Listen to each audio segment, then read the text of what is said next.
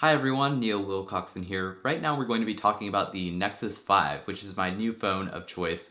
Right now I'm running it on T-Mobile, and I'm just going to talk about it a little bit and give you my impressions after 1 week of using it. Now it is about 1 week and a handful of days since I got this on a Saturday, and today being a Monday, but this was the first chance I had to make a video on it, so let's go ahead and do that.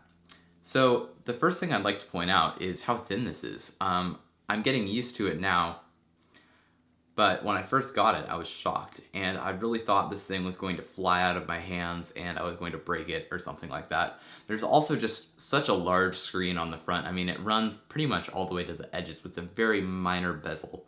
And this was shocking when I first got it, but of course, after a week of using it, you really get used to it. And I'm just going to go ahead and turn the screen on so you can see just how big it is. I do have a passcode on here, so I'm going to go ahead and unlock it. And you see it pretty much takes up the whole front surface of the phone. And I'm going to try to hold it so you don't get that light in there. But let's just go ahead and take a look at this. And most of the things I like about it are actually, under the hood in the Android OS. Since this is that just plain Android, I don't know how else to describe it. I've been using the word plain a lot, and it doesn't have any extra customizations other than the ones you add yourself, and that leads to a very clean experience that runs nice and smooth.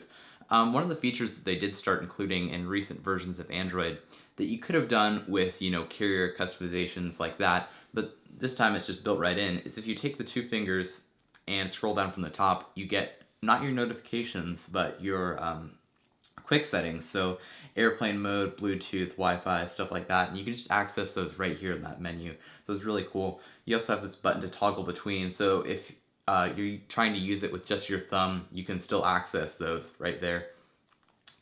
I've also noticed with the multitasking, this thing is really fast. I mean, it's not the top of the line processor or anything like that, but it does compete pretty well, and you just open up apps here like that, and you switch between them really quickly, and I haven't found myself having lag on this phone at all. On my previous phone, I have to restart a lot to get all the apps to force close, and on this phone, that hasn't been a problem. I haven't actually had to restart it at all, other than the first time I put the SIM card in. I'll talk about that in a minute. I did have to restart at that point. But yeah, I really like the design of the hardware. And the camera on the back is not the best in the market, but it definitely gets the job done, and it's better than my previous phone, so I can't really complain there. Also, I want to mention that there's no expandable storage here, so I did have to get the 32GB model just to ensure that I had plenty of space. With apps and everything, you're really not coming close to filling that up unless you install hundreds and thousands of apps, which I tend to not do because I've gotten so used to, if you install too many apps, the phone just starts slowing down so much. So maybe if you're used to a higher end Android device, you might have a problem with that. But in terms of me, really what I'm using that storage for is podcasts, photos I've taken, and other media files, really. Yeah, in terms of the hardware, there's the buttons built into the phone right here. They're not actually on the phone, but they're on the screen. So if you're watching Netflix or whatever, that will take over the whole screen. But when you're in user interface like this, you'll go ahead and get these buttons down here for back, home, and the switch apps, multitasking button, whatever you call that. Yeah, so I actually want to go ahead and talk about T-Mobile because that is a big factor in how this phone works. And I was a little worried about the coverage. Now, going into it, I thought it'd be just fine because I had T-Mobile before, and it seemed to work fine everywhere where I needed to work. And I've noticed pretty much everywhere, if you're indoors, there is this one bar of coverage right here up at the top. And, that's a little odd because if you go into like a closet or something like that, you might not get coverage. And I've actually noticed in the settings, in my battery settings, right here where it says cell standby, it tells you how many percentage of the time you've gone without signal. And on my old Verizon phone, that would be 0% pretty much all of the time, unless I went in some special area or anything. And on this one, it's 50%.